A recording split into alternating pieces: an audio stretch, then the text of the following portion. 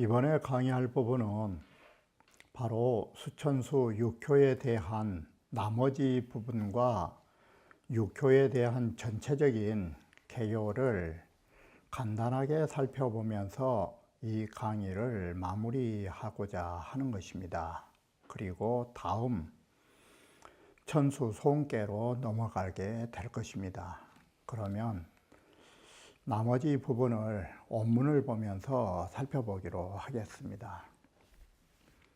앞에서 우리가 문제로 제기했던 부당이라고 하는 세 글자, 혹 어떤 사람이 묻기를 부당이라고 하는 것은 어떠한 걸 가지고 말씀하신 것입니까? 라고 주자에게 묻자 주자가 다음과 같이 말합니다.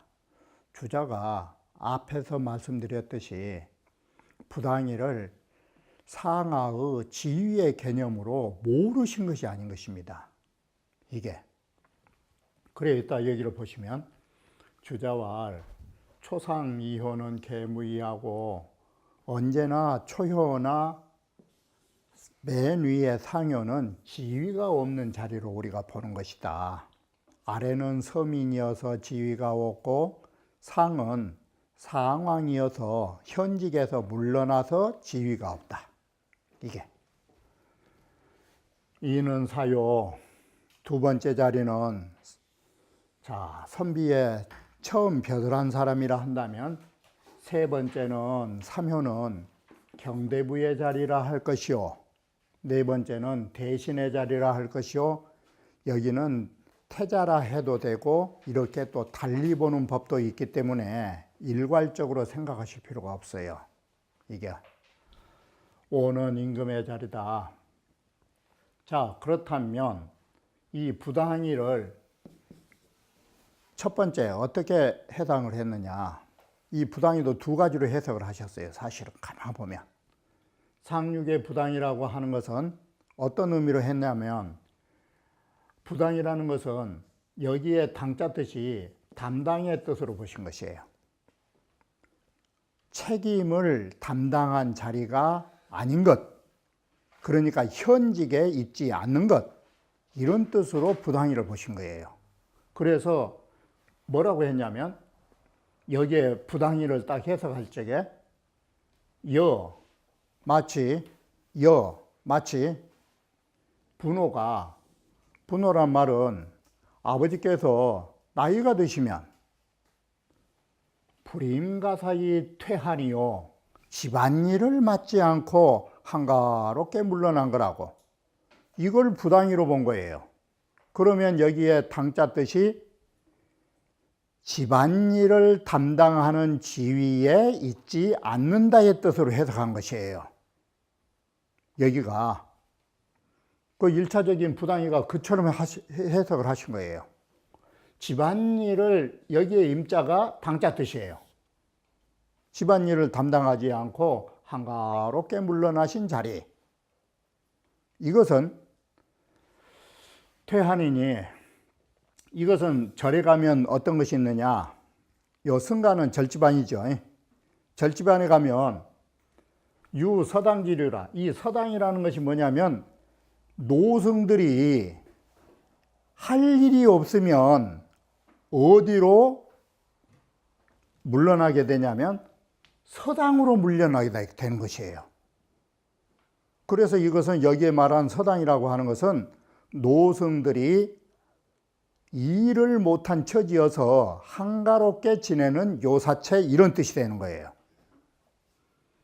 그런 이유로 봐버린다. 이 부당이를 가지고 바로 현실에 책무를 맡지 않는 자리, 이렇게 본 거예요. 부당이를 주자가. 그런데 왕필설에는 뭐라고 했는거는 초상은 무음양청이라. 초와 상이라는 것은 음양에 일정한 자리가 없는 자리, 이렇게 왕필주는 또 써놨어요. 그러면 부당이라는 말은 뭔 말이냐면 왕필은 이 당자 뜻을 뭔 글자로 봤어요? 여기서는 정자 뜻으로 온 거예요. 음양에 일정한 자리가 없는 것, 이런 뜻으로 왕필조는 써는 거예요. 당자를. 그런데 이천은 뭐라고 했느냐?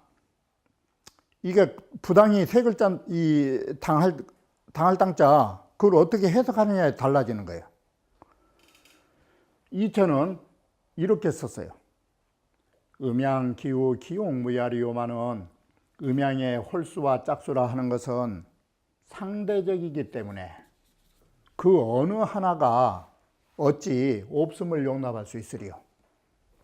반드시 있어야 된다. 건, 상구는 귀무이하고, 건의 상구라 하는 것은 임금보다 높아서 고귀하긴 고귀하되 현직의 자리가 없고 그랬죠. 이게 수의 상육의 부당육이라고 하는 것은 뭔 뜻이냐? 네, 자기지위요.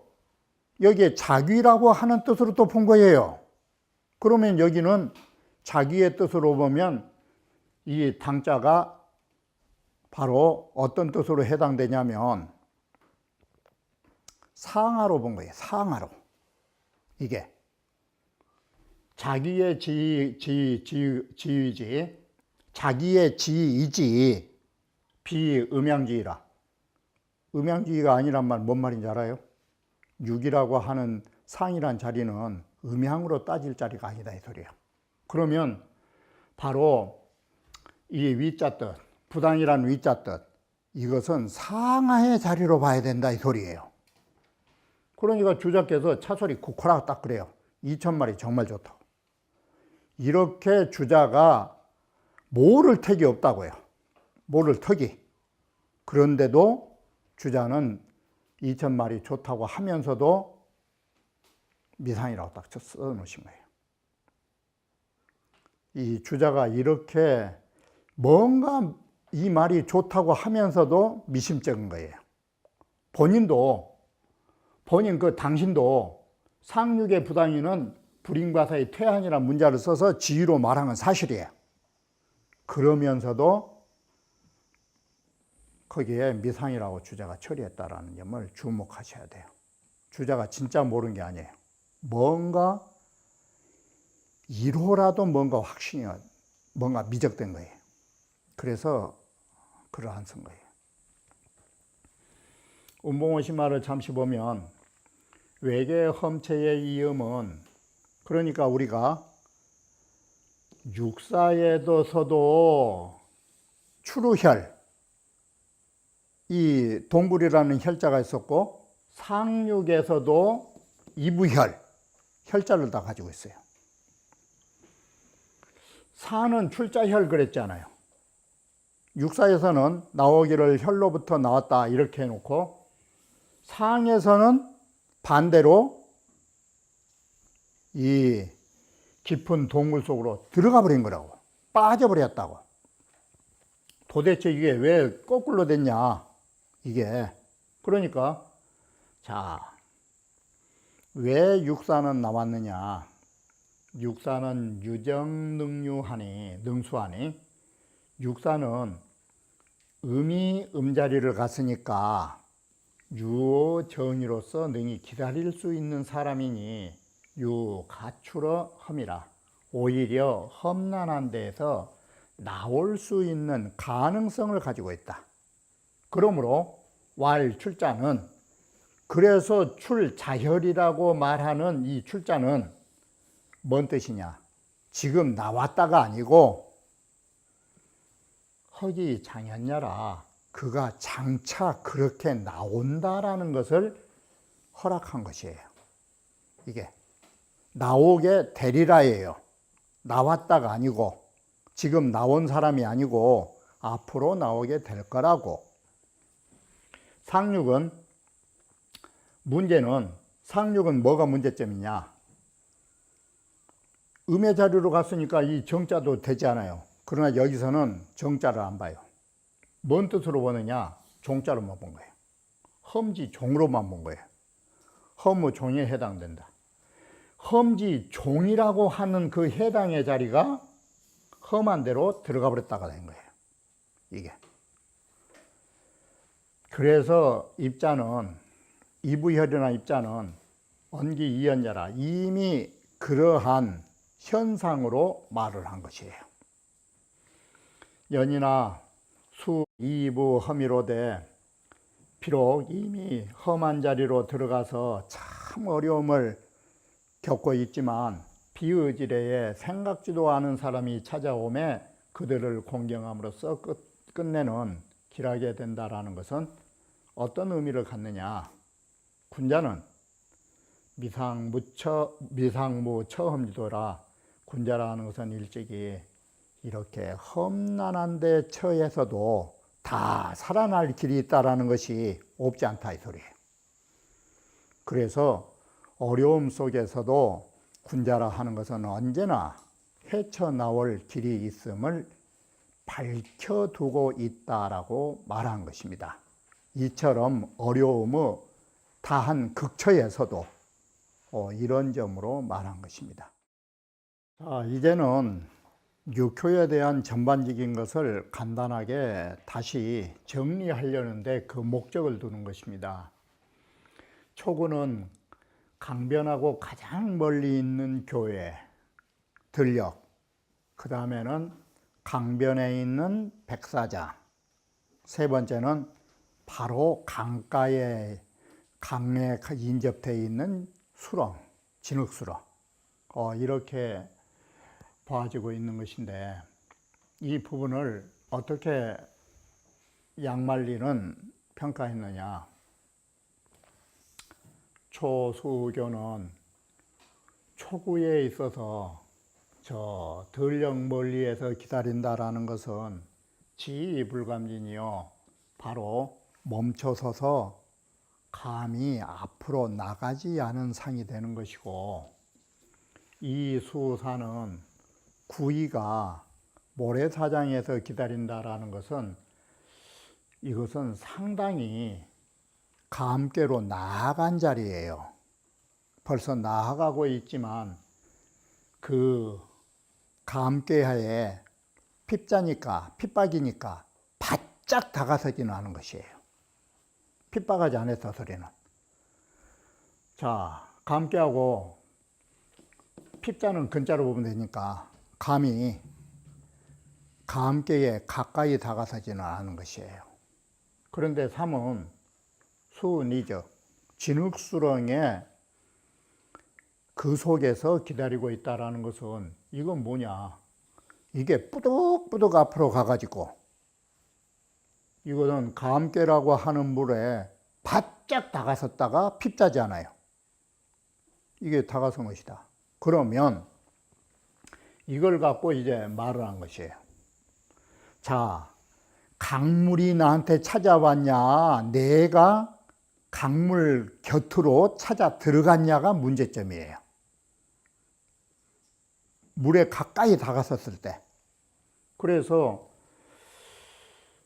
연이나 감원유 제외하라. 그러나 감깨는 아직도 바깥에 있는 것이지 내면에 있었던 게 아니에요. 이것은 뭔 뜻과 같냐면 재앙이라고 하는 것이 아직은 바깥에 있는데 내가 재앙을 찾아가 가지고 재앙을 겪는 일이에요. 이것은 자, 다시 물로 비유하면 시인은 숲을 이기니라. 이는 한강물이 사람을 빠뜨린 것이 아니라 사람이 스스로 한강 가까이 가가지고 지가 빠진 것이다. 그러면 결국은 물에 가까이 가가지고 빠져 죽은 사람은 한강을 타대야 될 것인가? 아니면 좋다고 한강 가서 헤엄치다가 빠져 죽은 사람을 타대야 될 것인가? 한강이 바로 멀쩡히 걸어간 사람 붙잡아다가 헤엄시킨 거요? 사람이 찾아가서 엄한 짓 하다가 빠져 죽은 것이지. 그래서 물을 가까이 하다가 빠져 죽은 사람은 한강물을 탓할 수는 없는 것이에요. 이게. 그러듯이 취급회자는 도적을 불러들여 가지고 내가 그야말로 좋지 못한 실패를 겪는 자는 도둑놈을 탓해야 되겠어요? 내 잘못을 탓해야 되겠어요? 이건 도적놈을 탓할 일이 아니라 시직원이라 내 자신으로부터 그런 도적들을 불러들인 것이기 때문에 이것은 내 잘못이다라는 것이에요. 이 치구지 세 글자 해석이죠. 이것은 한강물이 손짓한 적 없어요. 자기가 좋다고 가다가 빠져 죽은 것이에요. 이게.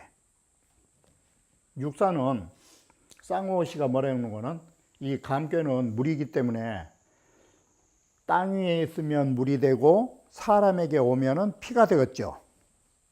이게 사람에게서는 피인데 금불알 수수하고 이 육사효에서는 물에서 기다린다라고 말하지 않고 왈수혈이라 사람의 입장에서 피를 흘리는 바로 피를 보는 그런 위험스러운 데서 기다리고 있다라고 말했다.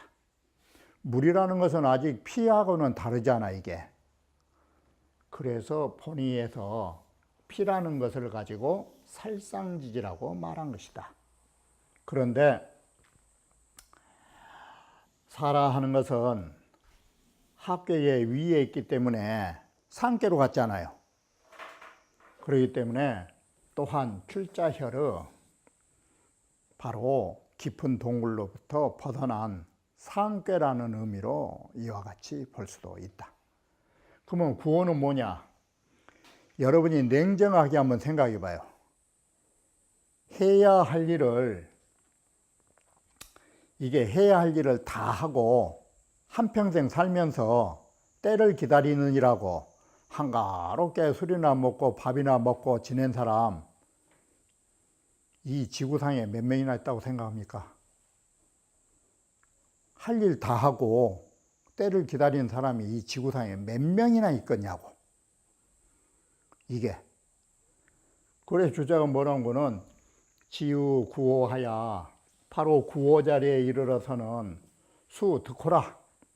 참 수득을 기다리기를 잘하신 분이다. 이렇게 기다리면 좋죠. 근데 우리가 돌이켜 생각해 봐요. 지시 우난득 자반 시절이라 단 또한 이런 시절을 만난 사람이 몇이나 있어요. 술 마시면서 밥 먹으면서 한가롭게 지내는 사람이 몇 명이나 있겠느냐고. 그럼 우리가 지금까지 살아오면서 할 일 다 하면서 한가로운 시절 만난 사람 몇이나 있어.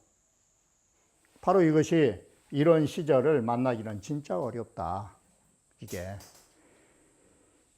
바로 우리가 그런 때를 만난다면, 이런 때를 해당된다면 단지 우리는 딱 안정을 하면서 정하면서 그것을 기다리면 되는데 이런 시절에 있는 사람이 몇이나 되겠소. 이게 한가롭게 그야말로 배나 두들기면서 노래 부르고 살 수 있는 시절, 이건 몇 명 안 된 것이요. 자, 마지막 상륙이라고 하는 것은 그 어둠의 굴 속으로 들어갔단 말은 저속한 말로 하면 처박힌 것이죠. 이게 그 속으로 들어가서 어려움을 겪고 있는데 생각지도 않은 불청객들 세 사람이 찾아와서 그 사람 대접을 잘 했더니 어려움에서 벗어났다라고 하는 것이죠. 그러면 자, 주자가 뭐라고 말씀하셨느냐? 지 상륙에 거 험지극하니 험지극이요. 상륙에 이르러서 상륙에 이른 자리가 어떤 자리인고 하니 험지극이요. 험의 극이란 말을 다른 말로 하면 종착역이라고 생각하시면 쉬워요. 험난의 종착역까지 온 것이에요. 이게 바로 그 험의 극처에 다 한 곳에 바로 거기에 머물고 있게 되고, 그래서 이부혈이고, 두 번째 우유삼양병진이라 또 삼양이 나란히 건삼양이 건꽤 이 세 양이 나란히 나오는 상이 된다. 그러니 왜 우리는 불청객을 대접해야 되느냐? 다른 게 아니에요. 육부당이하고 육이라고 하는 것은 부당이라고 하는 것을 미상이라고 써놓으시고는 또 주자는 부당이를 써먹은 것이에요. 이게 그 이제 주자 뜻은 아까쯤에 여기에 당자를 현재의 일을 담당하지 않은 자리 이렇게 했잖아요. 그 집안일을 맡지 않은 자리라고. 그렇게 이제 해서 육이라는 것은 바로 현재의 일을 담당하는 그런 자리가 아니고, 우처 음유하니 또한 음유의 자리에 있어서 본인 자신이 이러한 두 가지의 결점을 가지고 있기 때문에 역치득 경이대지적 또한 단지 공경하는 마음으로 삼양을 대접하면 길하다.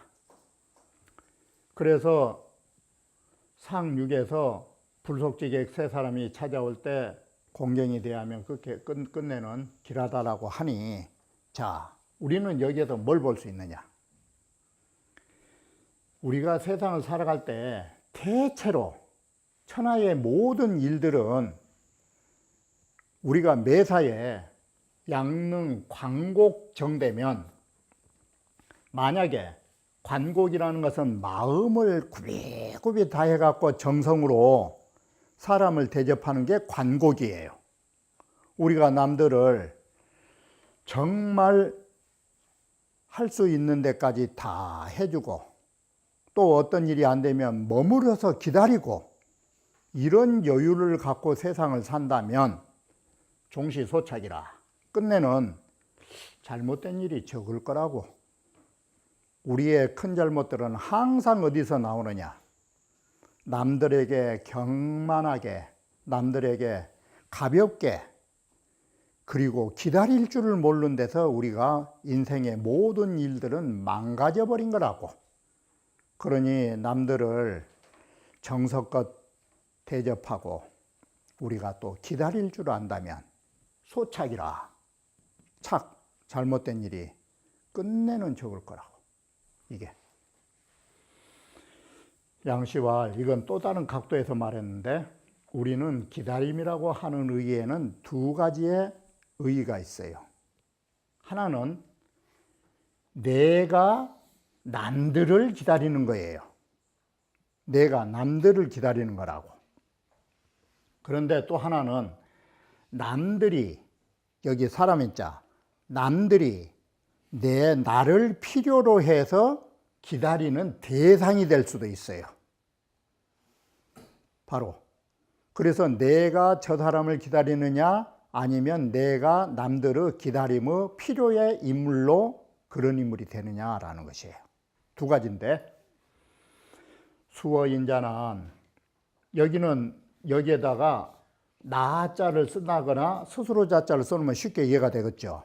내가 남들을 필요로 해서 기다리는 것은 초효, 이효, 삼효, 사효, 상, 오효다.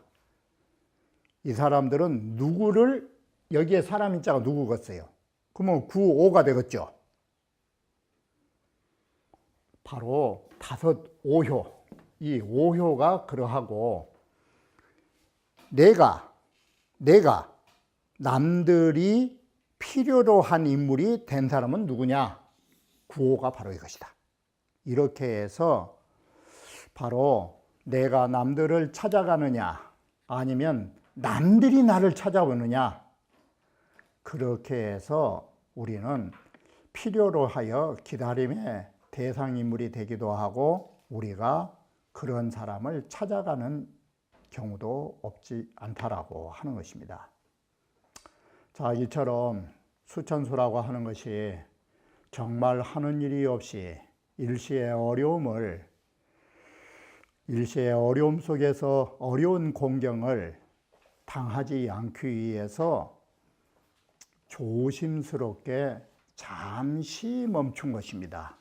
그래서 앞에 말씀드린 바와 같이 우리는 책임을 회피하려고 고의적으로 어떤 일을 깊이 한다라거나 아니면 결정하지 못하고서 항상 미적되는 것을 기다림으로 잘못 착각해서는 안 된다라는 점을 거듭 말씀드리면서 우리가 한가롭게 우리 해야 할 일을 다 하고 주자가 말했듯이 정말 하는 일 없이 편안하게 안락하게 기다리는 사람이 되었으면 하는 것이 수천수계를 보면서 느낀 감회라고 할 수 있는 것입니다. 그러면 다음 회에서 이어 말씀드리기로 하겠습니다.